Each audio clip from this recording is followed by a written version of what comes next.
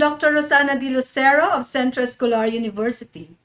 Welcome to Module 6, Lesson 2, Minimalist Lifestyle, created for global English competitiveness. The more, the better, or less is more. Quantity versus quality. Choose, and choose wisely. Again, here's another choice we have to make in the name of sustainability. Having a minimalist lifestyle provides more room for creativity.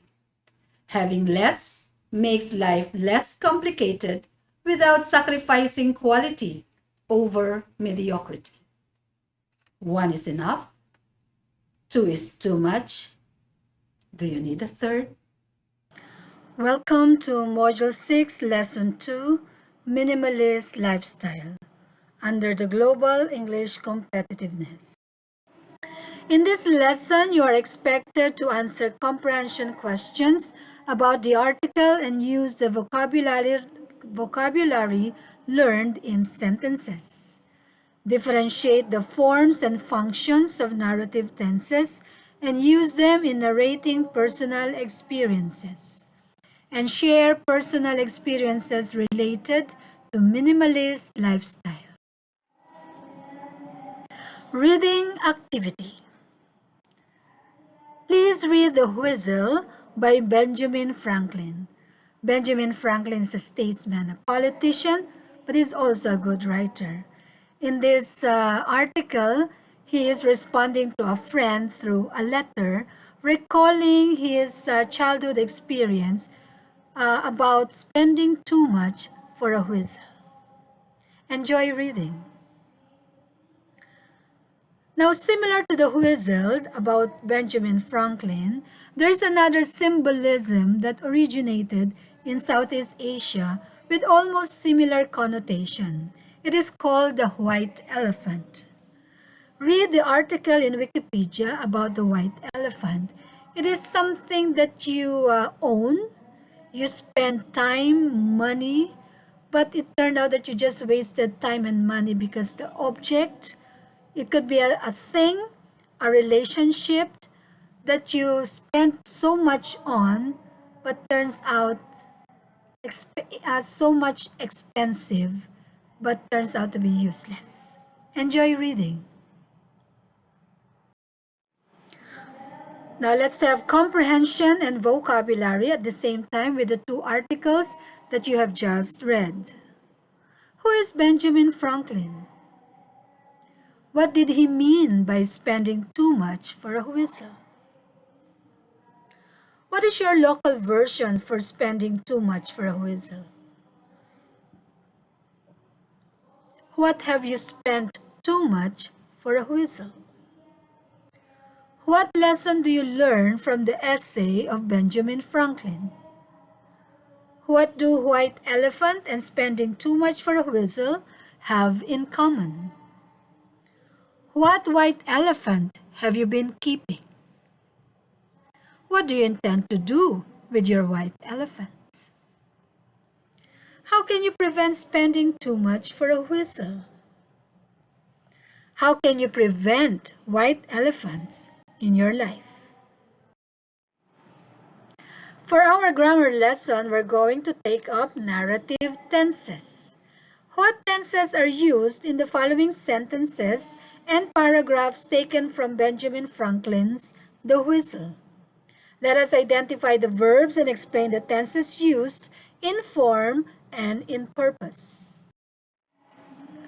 In this parable, American statesman and scientist Benjamin Franklin explains how an extravagant purchase in his childhood taught him a lesson for life. In The Whistle, notes Arthur J. Clarke, Franklin recounted an early memory that provides a resource for revealing features of his personality. Dawn of Memories, 2013. The verb explains in the paragraph is in the simple present tense.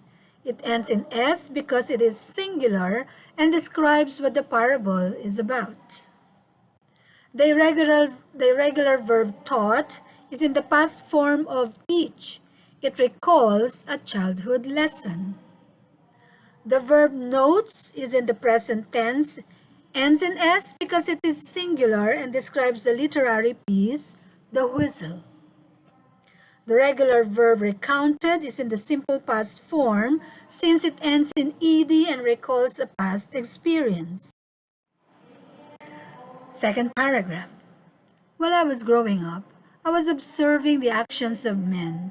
I thought I met with many, very many, who gave too much for the whistle. The verbs was growing and was observing are in the past continuous tense, or what we also call past progressive tense. They start with a be verb in the past form, and the main verbs end in ing. They denote actions in progress in the past. The verbs thought, met, and gave are irregular verbs in the past form and denote actions completed or happened in the past. Third paragraph. There were some who had been sacrificing time and money in their youth in exchange for pleasure and recreation. They had been giving too much for a whistle. The verbs had been sacrificing and had been giving are in the past perfect continuous form because they start with had been and the main verb ends in ing, denoting a past action in progress for a span of time, which is their youth. Next paragraph. I knew a miser who had spent most of his time accumulating wealth long before he realized he had lost the company of benevolent friendship and family. Poor man, said I.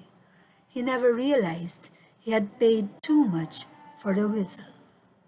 The irregular verbs knew and said are both in the simple past form, for they recall past actions. The verb had spent is in the past perfect form. It starts with had, and the main verb is in the past participle. It expresses an action that took place before the second action or time in the past. Let's summarize the narrative tenses. The following tenses are used in narrating. Usually we narrate past experiences, so the following past tenses are used. Simple past tense recalls the past experience or event. Taught, recounted. For irregular verbs, we have a special form, but for regular verbs, just add D or ED. Past progressive tense denotes action in progress in the past. Was growing up, were observing. You start with a be verb in the past, was for singular, were for plural, and the verb ends in ing. Growing, observing. The past perfect tense expresses an action that took place before the second action or time in the past. Had spent, had realized. Whether singular or plural, you start with had, and the main verbs in the past participle form. Past perfect progressive tense denotes the past action in progress for a span of time in the past. Had been sacrificing, had been giving. You always start with had been, and then the main verb ends in ing. So let's have a quiz. Now, based on the verb in the given sentence, fill the blank with the correct form of the verb. Indicate before the sentence the tense used. Here's an example. My brother collects toy cars that occupy so much space in his room. The verb is collects. It's in the present tense because it denotes a present action. Number 1, my brother blanked 50 toy cars when he was in elementary school. What form of the verb collect fits the sentence? While he blanked the toy cars, our parents considered his hobby cute and healthy. What form of the verb collect fits the sentence? He blanked almost 1,000 toy cars when our parents realized how expensive the hobby was. What form of the verb collect fits the sentence? He blanked for 20 years when he realized he had spent too much for a whistle. What form of the verb collect fits the sentence? Now my brother only blank fond memories of his children playing with his toy cars. What form of the verb collect fits the sentence? Check your work. My brother collected 50 toy cars when he was in the elementary school. Collected is in the simple past form.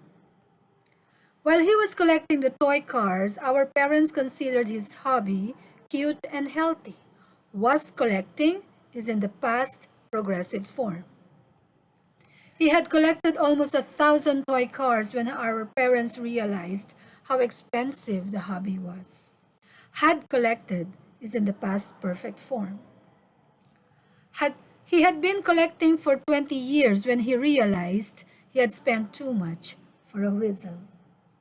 Had been collecting is in the past perfect progressive form. Now my brother only collects fond memories of his children playing with his toy cars. Collects is in the simple present tense.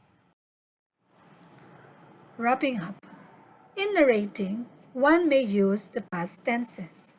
Simple past tense recalls a finished action or event. Past progressive tense expresses an action in progress in the past. Past perfect tense expresses an action that happened in the past before another past action or time took place.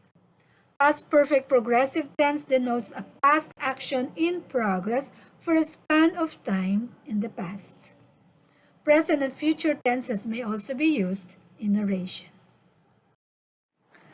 Reflection. Write a narrative essay about a personal experience related to the white elephant and spending too much for a whistle. The next time you go shopping, what should you need to consider? To delve deeper into these topics, I encourage you to explore the complete module available on Global English Competitiveness for B2 learners. Once more, I am Dr. Rosana D. Lucero, your instructor for Module 6, Lesson 2. It has been a pleasure sharing this educational voyage with you. As you embark on your next phase of communicative growth, Lesson 3, Sustainable Fashion of Module 6 awaits your exploration. Farewell and best wishes on your continued learning journey.